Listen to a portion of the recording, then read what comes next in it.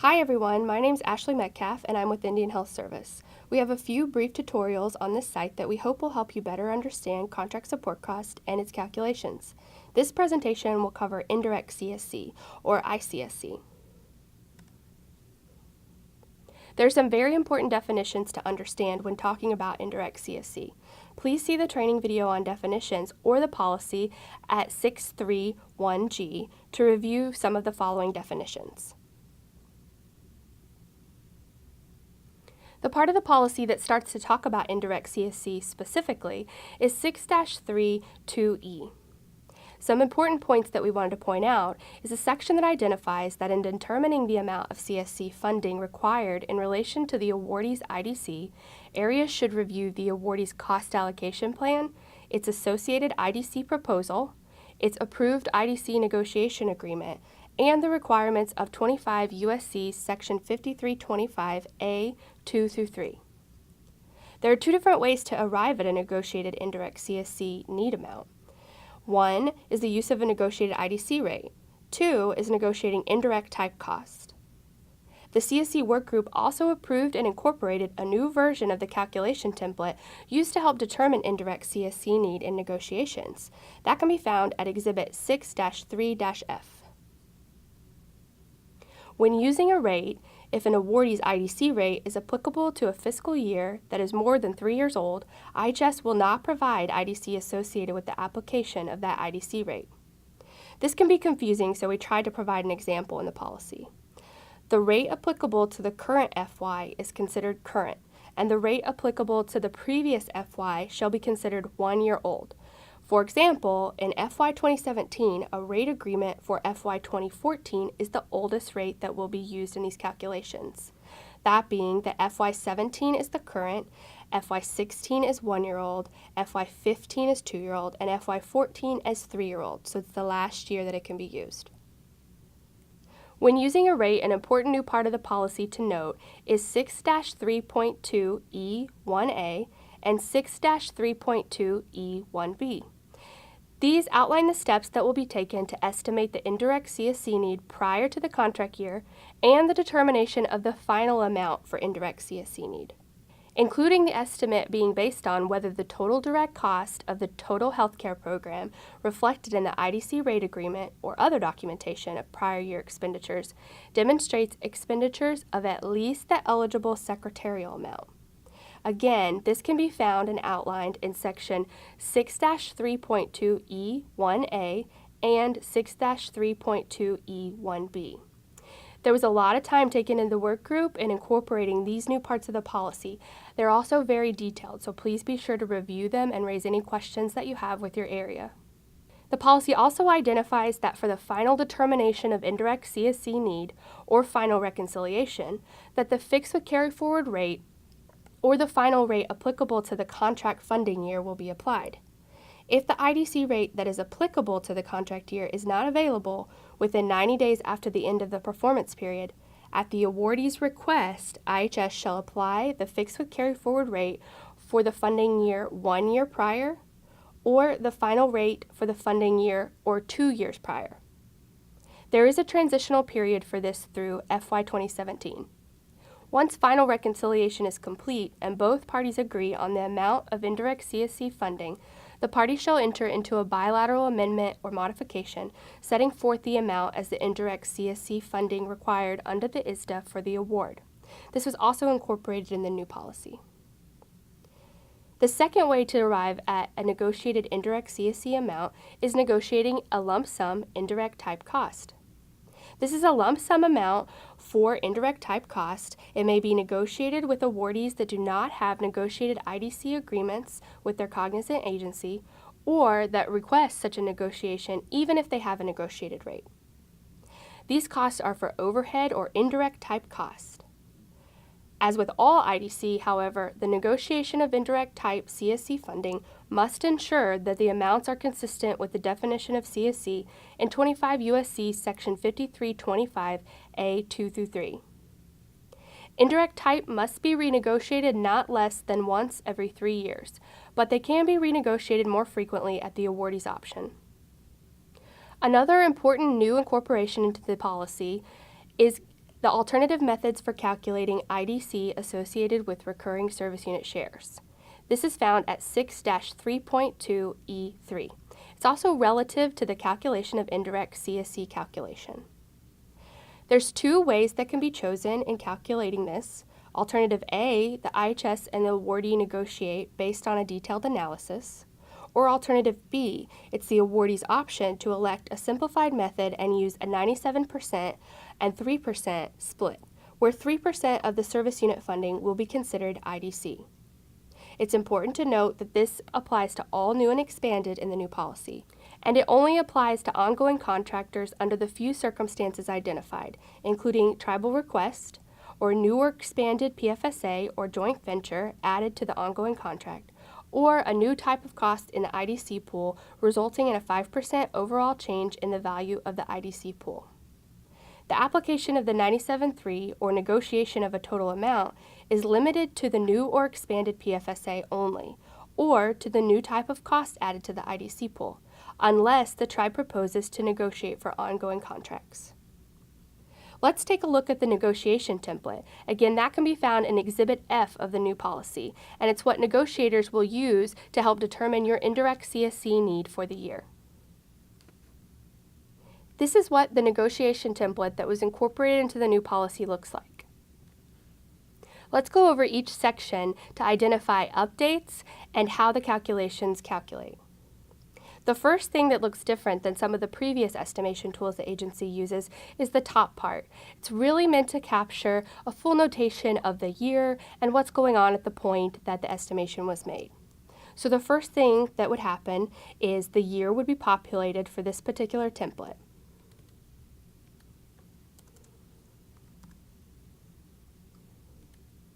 You would determine and check the box whether this is an estimate of CSC need or the final CSC reconciliation. We would also determine what amendment this calculation is made through, or what cumulative funding report it's made through, the date that it was completed, and the name of the tribe in which is being calculated. Before we go over each of the rows in this template, I want to talk briefly about where the information comes from that goes into this template. Tribes that are in self-governance typically will see a table called a cumulative funding report. This can be used to populate this table throughout the year. Some tribes may not necessarily see the cumulative funding report, so instead you can use program funding documents, negotiation documents that are available to you outlining the funding available, or your cumulative amendment and modification information throughout the year that would show how much you've been paid to date. It's important that both sides agree on the numbers that are being entered here, because in the end, that's what will generate the total indirect CSC need. Let's take a look at each row. Each row has a label for what is actually going into that cell, as well as some details in the source of inputs. The very first thing that is calculated in this template is the program or service unit funding. Again, this can be found on either your cumulative funding report or your negotiation funding documents, or an accumulation of your amendment or modifications throughout the year. The total amount would be entered here. Again, less any CSC, because that's what we're trying to calculate.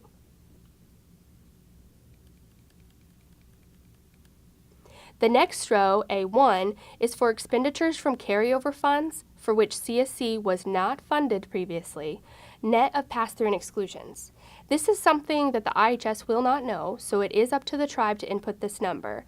The reference to the policy is 6-3.2 E1B1BI. Be sure to look that over to make sure if you're entering an amount that it does qualify for that, and also be sure to provide ample documentation to be able to for the agency to be able to review that. This won't necessarily happen every year, and hopefully in our full funding environment it will be relatively rare. The next row is the total area tribal shares. Again, this can be found on your cumulative funding report or other funding documentation you may be using. This is your total area tribal shares amount. It doesn't account for buyback, so you don't need to subtract that out. However, it does need to account for any retained services that may be identified in your funding documents. If you haven't contracted for the program's function, service, or activities, then they would not be included in here to generate CSC. The next row is your total headquarters tribal shares. Again, you'd use the same documentation to find this number. The next row is your total secretarial amount. This row is calculated. It's going to add up all of the funding that you've entered in up above. Moving down, we're going to talk now about IDC associated with various amounts. The first one at E1 is IDC associated with recurring service unit shares. This, as we talked about briefly in the PowerPoint, is outlined in the new policy. It may or may not apply to you, or it may or may not only apply to some part of your program. This will be determined based on your program and through your negotiation. E2 is IDC associated with tribal shares. Currently, this is populated with a formula that generally applies to most tribes that negotiate with IHS, and that is at the 80-20 split. Some tribes may have negotiated a different amount at the beginning of the contract, and instead that number would be put there. However, whatever amount is agreed to in negotiation should be reflected here. E3 is going to total E1 and E2, so it's going to be your total IDC identified as associated with the secretarial amount. So the formula is just going to add E1 and E2 together. The next row, row F, is your direct cost funded through your secretarial amount. This again is calculated. What it's going to do is take your total secretarial amount that was identified in row D and subtract out your total IDC identified as associated with the secretarial amount, as identified in E3. And it will give us the total direct cost funded through the secretarial amount. Moving down, now we're going to talk about direct CSC, just briefly. This template doesn't help us to calculate direct CSC. Please see that training video to go over the steps associated with negotiating that and potential templates that are available for your use. However, the other option for awardees is to choose not to renegotiate direct CSC each year. If that's the case, then each year, the prior year direct CSC need will be inflated by the medical inflation rate, the OMB medical inflation rate. So this template accounts for both those scenarios, the first one being the inflation rate being applied. So here, if you are choosing not to renegotiate direct CSC, your prior year direct CSC need will be entered in row G, and the applicable inflation factor for that year will be entered here. That will generate an inflated amount for the current year, as you can see here in row I1. Additionally, if you choose to negotiate a brand new direct CSC need amount or some portion of direct CSC associated with a newer expanded program, you can enter that total amount into the calculation here. This cell will take either one of these, or if need be, you can make them add together if you had some direct CSC that was associated only with your new and expanded and continued ongoing direct CSC need that was inflated. You will need to account for that because typically this formula is going to pick one or the other as if a negotiation did or did not occur. So in the end, it's going to carry over your total direct CSC need. The next row added was startup and pre-award need. This wasn't previously in many of the templates that we use to calculate. However, we've seen a lot of activity in this, and it's helpful to be able to calculate this in the full calculation of indirect CSC need. So this may or may not apply to you in one year or the other. If it does, this again does not help you arrive at the amount, but once you have negotiated the total amount, then you will enter that total amount here. If it doesn't apply to you, you'll just continue leaving it at 0. The next row, row J, is your total direct cost. This is a calculated cell. It's going to take row F, your total direct cost funded through the secretarial amount. It's going to add your direct CSC, and it's going to add, if it's there, your startup and pre-award need.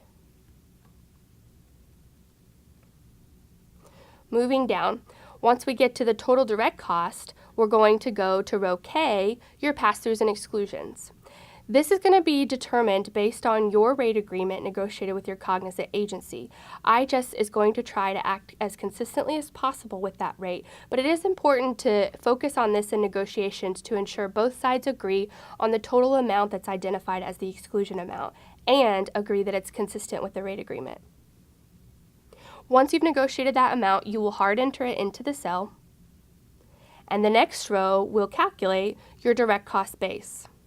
So your direct cost base, row L, is going to calculate your exclusions and pass-through items subtracted from your total direct costs to arrive at your direct cost base. The next row is where you'll put your applicable indirect cost rate. The next row will automatically generate your IDC need, non-recurring, based on your IDC rate. What this cell does is automatically calculates your rate in row M times your direct cost base in row L. And this generates the IDC need based on the IDC rate. The next thing that will happen in this calculation is row O, the credit for IDC associated with the secretarial amount. Now, you'll notice that something similar happened in row E up above, the total IDC identified as associated with the secretarial amount. This is the credit for IDC associated with the secretarial amount, meaning the amount we actually did fund to you applicable to your IDC. So it's calculated here by formula. The next row P is going to finally generate your current year indirect CSC need. And what that formula does is just subtracts your credit for IDC associated with secretarial amount in row O from your IDC need based on your IDC rate in row N. And again, you can follow the formulas in the Excel version of the template. You can also see the source of inputs on the side with additional details that outline these calculations. Moving down, if you negotiated indirect type cost, you would enter your total lump sum that was negotiated in here. And at the bottom, it's going to total up your current year total CSC need.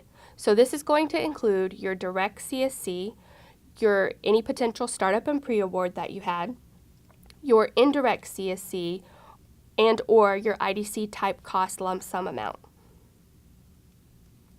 At the bottom of the template are just some cumulative totals. There's a section specifically for direct CSC need, so it pulls down the total, current year direct CSC need, and here we would enter the total amount paid to date. So that would show whether we owe you more or whether there's a potential overpayment. The same goes for indirect CSC need here in rows U and V. You'll have your current year indirect CSC need pulled down, including your indirect CSC need based on your rate and or your lump sum negotiation. And row V will be the total amount paid to date, again showing us whether we do owe you more or not. And the last section, if applicable to you, will do the same for startup and pre-award, pulling down your total need and identifying whether or not we owe you more or what the case may be. In the template as well, there are notes that were added and a footnote that was also added to this template in the negotiation of the CSC work group. Please read these and see if they're applicable to you or if you have any concerns with them. Quickly, I would like to just show you how the templates populate, how the formula calculates throughout the template, if your rate were to change or your funding were to change. So as we were going through the example, there were some sample numbers in there. So the sample numbers that we saw in there, let's see what the need produced. Being mindful of the fact that the IDC rate in row M was 30%.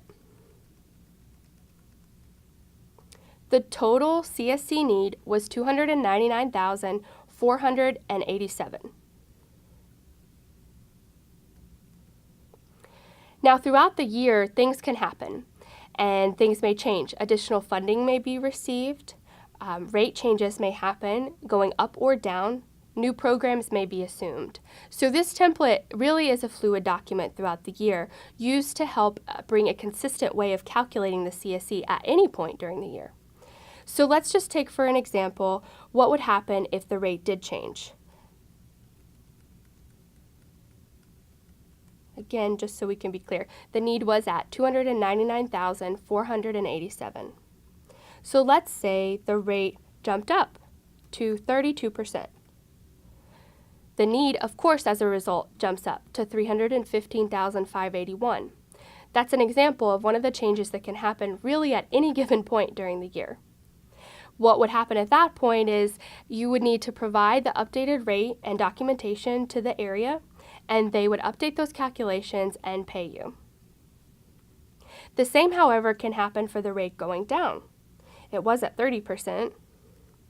As an example, throughout the year, it can potentially happen that a more applicable rate drops, and then the need drops. And these are things that have to be handled each year based on these changes, and that can happen at any point during the year. So it's important to know that the calculation really is a calculation based on a couple of different factors that are very fluid throughout the year. You should hopefully know whether or not you expect an increase or decrease in your IDC rate to be expecting any potential major impact. Another thing that happens throughout the year is increased funding. So anytime you receive additional payments, your program numbers or your area and headquarters shares numbers may change. As they increase, the template continues to calculate. If nothing else changes, but you receive eligible funding, then of course, as a result, your need would continue to grow. Another thing that can happen is you could choose to renegotiate your direct CSC in totality. Right now, it's represented at $79,064. If we were to renegotiate that and arrived at a need of $85,000, we would just make that adjustment in the template, and it would count over the $85,000, overriding the inflated previous year's need. And of course, as a result, this would change your overall current year total CSC need. So these are things that it's important that you keep in mind whenever you're thinking about this template or entering into negotiations or discussions of any kind with relation to CSC. All those factors can change at any given point during the year, and it's important to have a good idea of when that's coming up or when those things happen, and be sure to discuss fully with your negotiator. If you have any questions regarding the template or how it would calculate for your program, please be sure to reach out to your area.